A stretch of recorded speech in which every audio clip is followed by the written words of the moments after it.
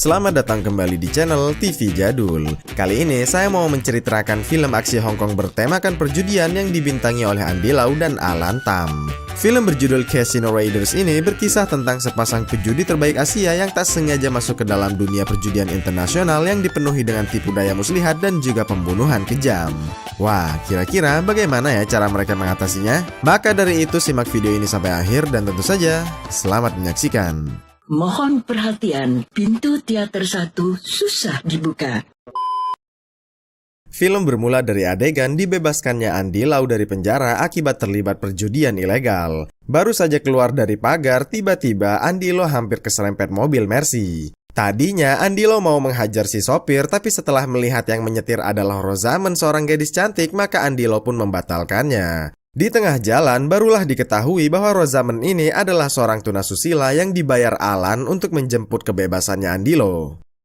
Singkat kisah, tibalah Andy Lau di sebuah klub malam sekaligus rumah bordil. Tak lama, Andy Lau pun bertemu juga dengan Alan, sahabat lamanya. Kemudian, Alan memberikan uang untuk Andy Lau yang baru saja bebas dari penjara. Setelah saling bertegur sapa, Alan pun mengajak Rosamund kawannya untuk makan malam juga bersama Andy Lau sahabatnya. Alan mengajak Andy Lau ke Amerika karena seorang pengelola kasino bernama Charles sedang memiliki masalah dan membutuhkan tenaga ahli untuk memecahkannya. Tanpa basa-basi, Andy Lau bersedia ikut Alan ke Amerika jika memang tenaganya diperlukan. Di malam itu juga, Alan dan Andy Lau terbang naik pesawat menuju San Francisco, Amerika Serikat. Singkat kisah, tibalah mereka di sebuah kasino megah yang memiliki banyak mesin judi di sana. Kemudian dibawa masuklah mereka ke ruang pengawasan kasino itu. Nah, disinilah mereka bertemu dengan Charles, si pengelola kasino. Langsung saja Charles bilang bahwa belakangan ini ada pejudi mancanegara yang seringkali menang judi dalam jumlah yang sangat banyak. Tentu saja itu membuat pihak kasino mengalami kerugian besar. Lantas sambil melihat layar CCTV, Charles minta Alan, si pejudi terbaik Asia ini, untuk meneliti apakah ada kecurangan yang terjadi di sini. Mula-mula Andy Lau bertanya apakah para pejudi di meja itu berasal dari hotel yang sama. Setelah diperiksa, ternyata benar mereka berasal dari hotel yang sama dan diduga kuat pria Jepang bernama Taro inilah yang menjadi pimpinan dari komplotan pejudi ini. Kemudian Alan bergegas menuju ke meja judi itu secara langsung demi mendapatkan petunjuk. Setibanya Alan di meja judinya, Alan langsung melakukan pengamatan secara diam-diam. Lalu Alan berpindah ke kursi seberang demi memastikan kecurigaannya. Setelah puas mengamati secara langsung, Alan pun kembali ke ruang pengawasannya. Alan menyimpulkan bahwa trik mereka bisa selalu menang adalah karena mereka memanfaatkan pantulan kaca dari jam tangan mereka. Lantas Alan mencontohkannya menggunakan jam tangan dari pramusaji cewek yang bisa memantulkan bayangan. Menurut Alan, dengan cara seperti ini maka mereka bisa melihat isi kartunya saat hendak dibagikan. Alan melanjutkan, setelah mereka mengetahui isi kartunya, maka komplotan yang duduk di kursi lain segera memberikan kode rahasia kepada temannya apakah harus ikut bertaruh atau jangan. Dengan cara ini, maka mereka bisa bertaruh banyak jika kartunya bagus dan bisa mundur dari taruhan jika kartunya jelek. Menganggap analisa Alan masuk akal, Charles pun bergegas menindaklanjuti kecurangan itu. Sementara Andy Lau merasa salut dengan analisa sahabatnya barusan yang masih akurat seperti dulu. Esok malam harinya, masih di Amerika, Andy Lau dan Alan mencoba bermain judi menggunakan mesin. Usai bermain, mereka sempat berpencar dulu sejenak. Nah, saat Alan sedang bermain di meja judi, Alan tak sengaja melihat Edie, sesosok gadis cantik berwajah oriental. Tapi tak lama, Edie pun berlalu pergi dijemput oleh seorang pria bule. Petugas judi bilang bahwa Edie adalah gadis kaya raya yang selalu gonta-ganti cowok setiap kali kemari. Keesokan paginya, Edie terlihat sedang menelpon ayahnya yang kaya raya hingga bisa membuat Edie menghambur-hamburkan uangnya di San Francisco. Kemudian Edie membuka pintu yang diketuk. Ternyata itu adalah Andy Lau yang ingin mengantarkan Alan, sahabatnya, berkenalan dengan Edie. Meski awalnya terlihat ragu, tapi Edie menyetujui untuk keluar dengan si Alan. Edie dibonceng oleh Alan menuju ke suatu tempat. Ternyata Alan mengajak Edie menuju sebuah kafe khusus untuk geng motor. Setibanya di dalam kafe, Alan langsung membelikan miras kepada Edie. Tentu saja Edie protes karena Alan main pesan saja tanpa bertanya dulu kepadanya. Lantas Edie yang kesal bermaksud untuk menelpon ajudannya minta jemputan pulang. Namun tiba-tiba saja Edie diganggu oleh bule kekar. Edie sempat menggampar bule itu dan gara-gara itulah Alan pun beraksi.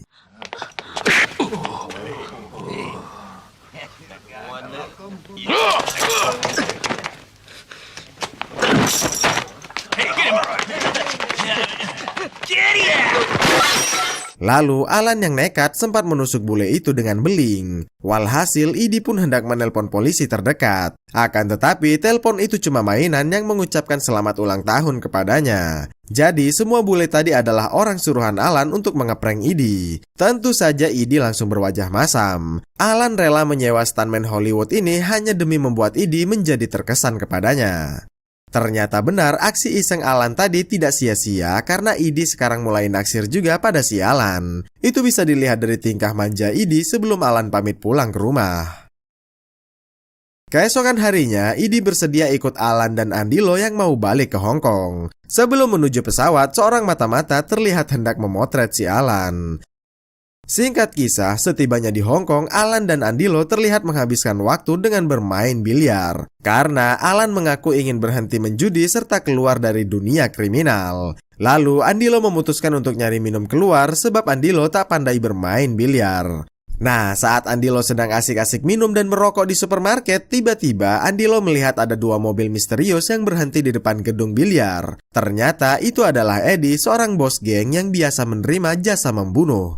Lantas, Andilo bergegas mencari kawannya yang punya pistol demi menyelamatkan Alan. Alan sendiri sudah mulai dipukuli oleh kacung-kacungnya Eddie. Beruntung, sebelum Alan terbunuh, Andilo keburu datang sambil menodongkan pistol ke arah Eddie. Sialnya, kacung Eddie melumpuhkan Andilo dari arah belakang. Hingga pada akhirnya, tangan Andilo hampir terpotong saat hendak merebut kembali pistolnya. Lantas, Andilo menarik tangannya keluar agar Andilo masih bisa berkarir di dunia judi. Sialnya, meski Andilo sudah mengalah, Eddie yang sudah dibayar pun tetap menyuruh kacungnya untuk membunuh si Alan. Tentu saja Andilo tak terima dan membiarkan tangan kirinya terbacok saat mengambil pistolnya. Setelah mengambil pistolnya, Andilo kembali menodongkannya pada Eddie. Kalau sudah begini, maka Eddie dan para kacung pun berlalu pergi. Setelah kejadian itu, Alan bertanya pada rekan polisinya kira-kira siapakah yang membayar Eddie untuk membunuhnya. Rekannya bilang bahwa yang menyuruh itu adalah Tuan Kung dan Taro anaknya. Taro pasti dendam banget pada Alan yang membongkar kecurangannya saat bermain judi di kasinonya Charles yang di Amerika itu. Setelah dari kantor polisi, Alan dan Idi menjenguk Andilo yang masih koma di rumah sakit. Selepas itu, sang dokter berkata bahwa saraf tangan kiri Andilo sudah rusak total. Bisa pulih 50% saja itu sudah sangat bagus. Setelah dokter pergi, Alan langsung sedih karena Andilo tak akan bisa memainkan triknya lagi saat bermain judi nantinya. Keesokan harinya, Alan diajak Idi untuk menemui calon mertuanya di lapangan golf. Kebetulan sekali saat itu ada Tuan Kung beserta Taro putranya, orang yang membayar Eddie untuk menghabisinya di malam itu. Kemudian saat Alan sedang cuci muka, Alan didatangi oleh Tuan Kung di sana. Tuan Kung bersedia membayar Alan asalkan dia tidak membocorkan pada calon mertuanya bahwa mereka berdua adalah seorang penjudi. Karena kalau Camer tahu, dia pasti akan membatalkan meminjamkan uangnya kepada mereka. Tentu saja Alan ogah menerima tawaran persekongkolan itu. Sialnya, sesaat Alan keluar dari lapangan golf, Alan ditabrak oleh mobil yang lewat. Tak cuma itu, sepasang polisi gadungan juga sempat menusuk Alan hingga pingsan.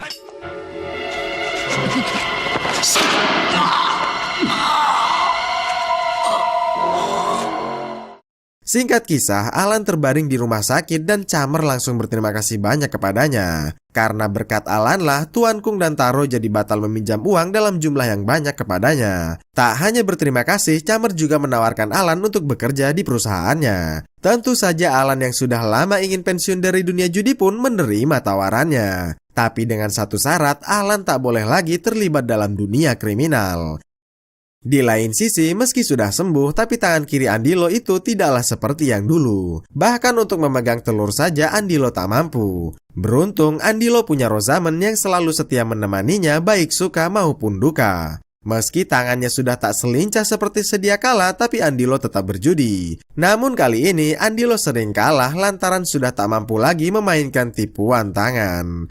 Kemudian Rosamund mengabarkan bahwa di dalam hotel itu ada perjudian ilegal tapi taruhannya sangatlah besar. Lantas Andilo pun masuk ke sana. Ternyata penyelenggara judi ilegal itu adalah Taro, anaknya Tuan Kung. Menyadari kehadiran Andilo, maka Taro mengundang Andilo untuk masuk ke ruangannya. Taro akan merasa bangga jika Andilo si penjudi terbaik Asia mau berjudi bersamanya. Meski tangannya cedera begitu, Andilo tetap saja menyanggupinya.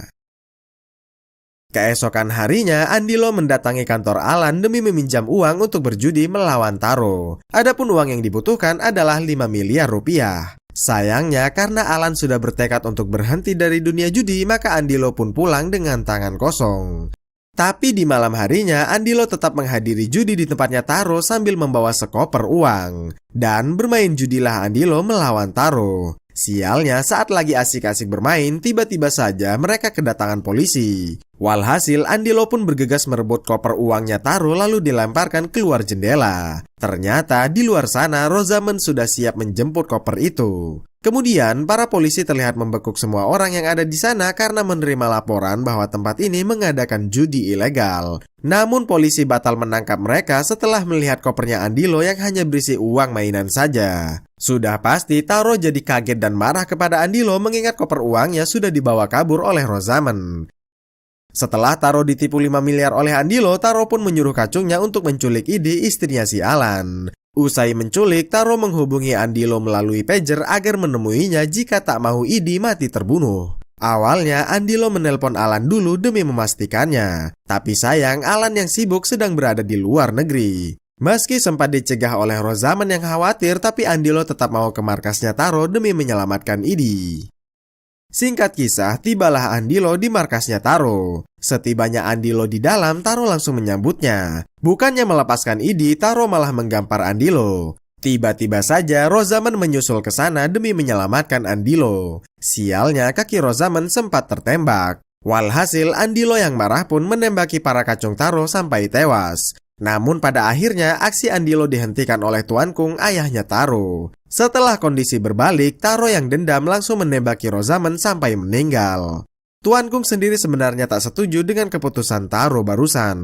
Selepas itu, Tuan Kung yang tahu bahwa Andilo adalah pejudi terbaik Asia mengizinkan Andilo pulang membawa Idi asalkan Andilo bisa menebak gelas manakah yang tidak ada racunnya dari ketiga gelas tersebut. Lantas, Andilo pun mulai mengacak-ngacak gelas itu menggunakan tangannya yang cedera. Kemudian diminumlah segelas anggur itu dengan penuh percaya diri. Setelah berhasil meminum anggur yang tak beracun, maka Tuan Kung pun mengizinkan Andilo untuk pergi dari sini. Tapi ternyata saat Andilo hendak berjalan menuju mobil, Andilo langsung merasa lemas karena rupanya Andilo meminum gelas yang beracun. Jadi, sewaktu di dalam, Andilo cuma berpura-pura tegar saja tadi. Baru saja masuk ke dalam mobil, Andilo langsung sekarat di atas mayatnya Rosamund yang juga diizinkan dibawa pulang oleh Tuan Kung. Keesokan harinya, sepulang dari Australia, Alan langsung melawat ke makamnya Andilo, sahabat sejatinya. Nah, sejak saat inilah Alan bertekad untuk membalaskan dendamnya Andilo kepada Taro dan Tuan Kung. Akan tetapi, di malam harinya, Idi melarang membalaskan dendamnya karena dua pejudi Jepang itu seringkali bermain curang. Meski sudah dilarang, tapi Alan yang merasa punya hutang budi pada Andilo pun tetap ingin membalaskan dendamnya. Keesokan harinya, tibalah Alan dan Idi di tempat perjudian demi melawan Tuan Kung. Adapun yang memodali Alan berjudi adalah Charles, si pemilik kasino Amerika dan kawan-kawannya. Lalu permainan pun dimulai dengan taruhan awal sebesar 180 juta rupiah. Sialnya, Alan tetap mengalami kekalahan meski dirinya sudah punya tuper dari kartu as dan angka 10. Karena kartu Tuan Kung adalah 3 of a kind alias kembar 3 yang mana satu tingkat lebih tinggi daripada tuper. Singkat kisah, setelah Alan mengalami kekalahan demi kekalahan, maka Idi nekat mempertaruhkan surat-surat berharganya yang senilai 126 miliar rupiah. Tak disangka, Tuan Kung juga menyanggupi taruhan yang sebesar itu. Tuan Kung sudah cukup yakin menang dengan kartu tupernya yang kemungkinan bisa jadi full house jika satu kartu yang tertutup itu adalah Jack ataupun Ratu. Sedangkan Alan juga punya kartu bagus yang kemungkinan bisa jadi Royal Flush jika kartu yang tertutup itu adalah Ratu Hati. Namun jika bukan, maka Alan akan kalah dengan kemungkinan kartu Alan akan menjadi straight alias seri atau paling tidak menjadi flush saja. Karena baik kartu straight maupun flush masih sama-sama di bawahnya kartu full house-nya Tuan Kung. Selagi petugas memeriksa keaslian surat-suratnya Idi, maka permainan pun dijeda dulu untuk beberapa menit. Alan memanfaatkan waktu jeda ini untuk cuci muka dulu di toilet. Sialnya, saat lagi asik-asik cuci muka, tiba-tiba saja sosok misterius datang demi menembaki Alan. Lalu sosok itu kabur menabrak jendela kaca. Karena Alan terluka parah, maka Alan meminta Edie untuk melanjutkan saja permainannya. Alan mengaku bahwa kartu yang tertutup bukanlah Ratu Hati, yang berarti kartu Alan bukanlah Royal Flush. Alan berpesan agar Edie tak membuka kartu yang tertutup itu dan terus memasang taruhan sebesar mungkin pada Tuan Kung. Bila perlu, taruhkanlah tangan dan kaki Taro anaknya Tuan Kung agar Tuan Kung tak melanjutkan permainannya. Karena kartu Alan hanyalah one pair saja. Usai dibisiki Alan, Edie pun melanjutkan permainannya. Sesuai arahan Alan, Edie terus mengajak taruhan yang besar pada Tuan Kung. Kalau Tuan Kung tak punya cukup uang, maka Edie menginginkan kaki dan tangannya Taro, anaknya Tuan Kung. Mendengar itu, Taro pun langsung ngegas. Tapi siapa sangka Tuan Kung rela menumbalkan anaknya asalkan Edie juga mau memotong kakinya jika kalah dalam taruhan ini. Meski agak ragu, tapi demi membalaskan dendam Andilo, Edie pun menyetujuinya. Tuan Kung sendiri yakin menang karena Tuan Kung yakin bahwa kartu Edie pasti bukan Royal Flush, mengingat Edie yang terlihat sangat panik dengan seringnya Edie mengubah posisi kakinya. Lalu petugas judi pun membuka kartu tertutup itu yang ternyata adalah Ratu Hati. Itu artinya sedari tadi kartu Alan memanglah Royal Flush, yaitu kartu tertinggi yang sudah tak bisa dilawan lagi dengan kartu manapun. Edie sendiri terkejut mengetahuinya, apalagi Tuan Kung dan juga Taro anaknya. Walhasil saat Taro hendak dipotong, Taro pun menembaki ayahnya sendiri sampai mati. Lalu Taro ditembak juga sampai mati oleh kacungnya Tuan Kung. Usai berjudi, Edie hendak menjenguk Alan di rumah sakit. Secara mengejutkan, sosok misterius yang menembak Alan tadi ada di situ juga. Karena ternyata sosok itu memanglah orang suruhannya Alan demi melancarkan tipu dayanya dalam memenangkan judi melawan Tuan Kung tadi. Lalu Alan mengaku tak ingin memberitahukan rencananya tadi pada Edie istrinya. Mendengar itu, Edie langsung kecewa sambil melepaskan cincin perkawinannya. Itu artinya Edie sudah tak mau lagi melanjutkan pernikahannya dengan si Alan. Ya itulah tadi akhir dari rangkuman film Casino Raiders. Bagaimana menurut juragan filmnya? Tolong beritahu saya di kolom komentar ya, nanti akan saya baca. Terima kasih telah menonton video ini sampai akhir dan jumpa lagi di video berikutnya. Dah.